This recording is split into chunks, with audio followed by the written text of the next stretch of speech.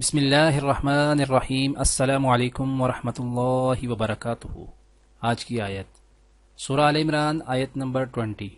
اعوذ باللہ من الشیطان الرجیم۔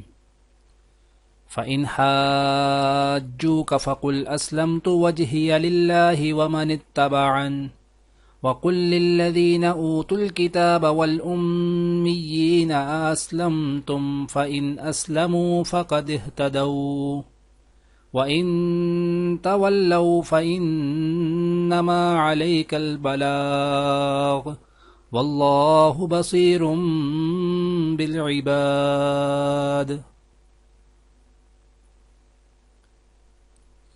پھر بھی اگر یہ تم سے جھگڑیں تو کہہ دو کہ میں نے تو اپنا رخ اللہ کی طرف کر لیا ہے، اور جنہوں نے میری اتباع کی ہے انہوں نے بھی، اور اہل کتاب سے اور عرب کے ان پڑھ مشرکین سے کہہ دو کہ کیا تم بھی اسلام لاتے ہو؟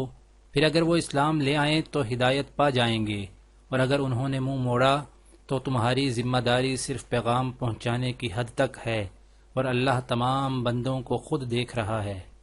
جزاک اللہ۔